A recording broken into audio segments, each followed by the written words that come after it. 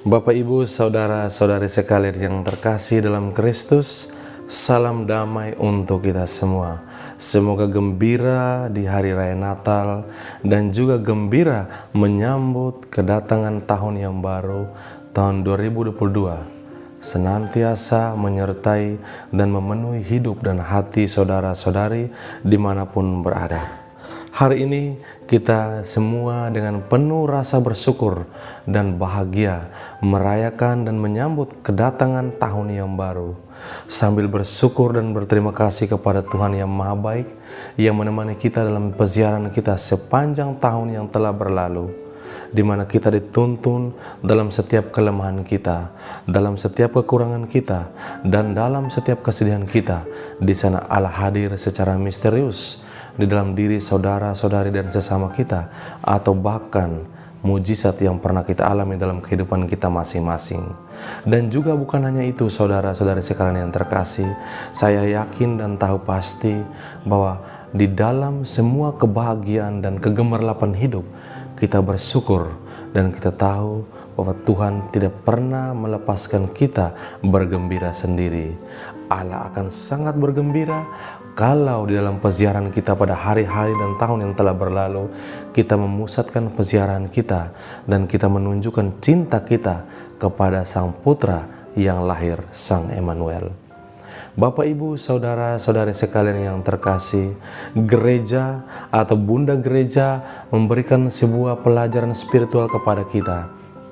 Bagaimana selayaknya merayakan tahun yang baru.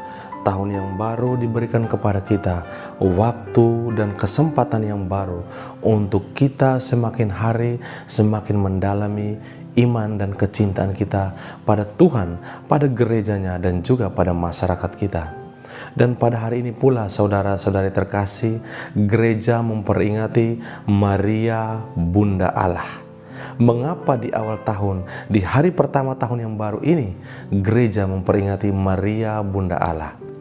Bapak, Ibu, saudara-saudari sekalian yang terkasih, barusan saja kita merayakan misteri inkarnasi, seorang putra Allah, Sang Sabda menjadi daging. Dia lahir dalam diri seorang wanita.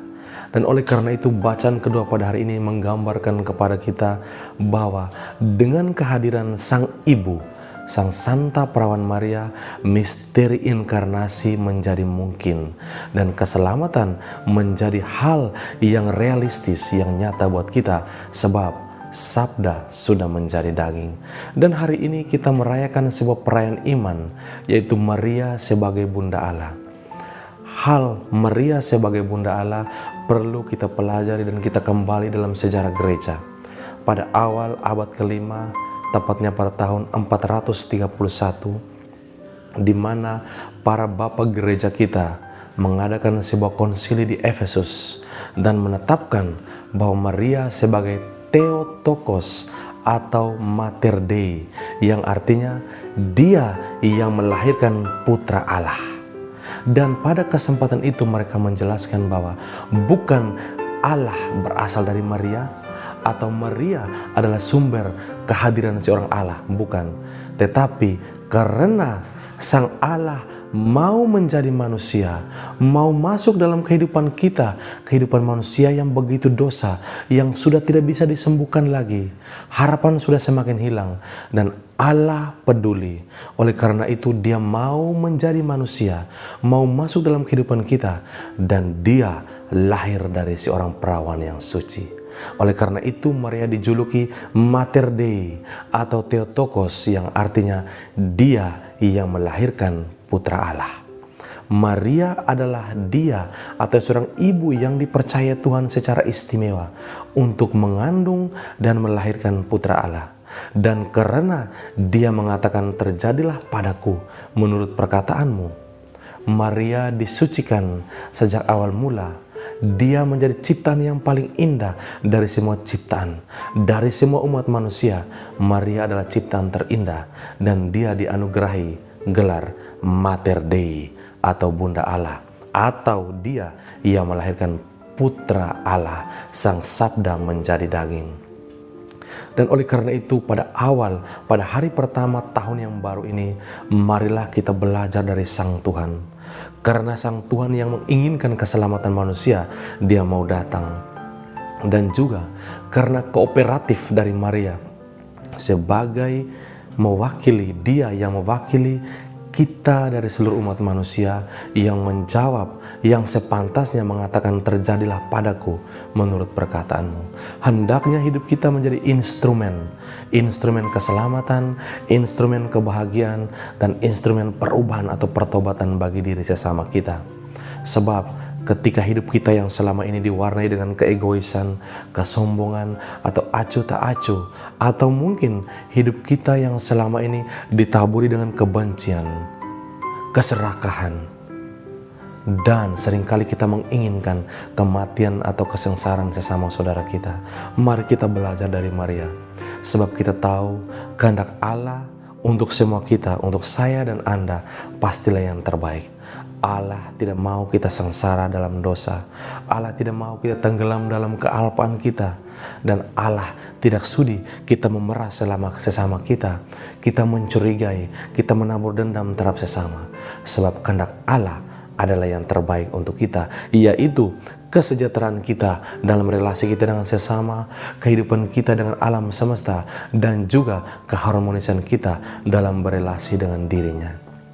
Dan oleh karena itu, marilah kita juga belajar dari Sang Santa Perawan Maria. Dia yang selalu diam, selalu menyimpan segala sesuatu dalam hatinya, merenungkan, meresapi, dan menghidupkannya tanpa banyak kata. Itulah definisi seorang ibu yang baik, seorang orang tua yang baik, seorang pribadi manusia yang pantas untuk kerajaan Allah. Orang yang berkata banyak akan menghasilkan pribadi-pribadi yang kurang berbuat banyak. Dan orang yang berbuat banyak akan menghadirkan keselamatan, perubahan, atau buah-buah positif dari kehidupan masyarakat bagi dirinya sendiri, bagi sesama, dan juga bagi masyarakat.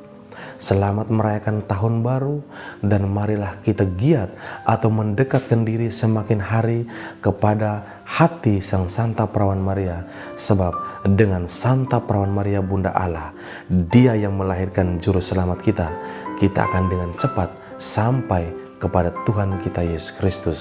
Dan ketika semua doa dan keinginan kita didengar oleh Tuhan Yesus Kristus dari mulut Sang Ibu, Sang Mater Dei, berkat dan rahmat akan melimpah untuk hidup kita sekalian di sepanjang tahun yang baru ini.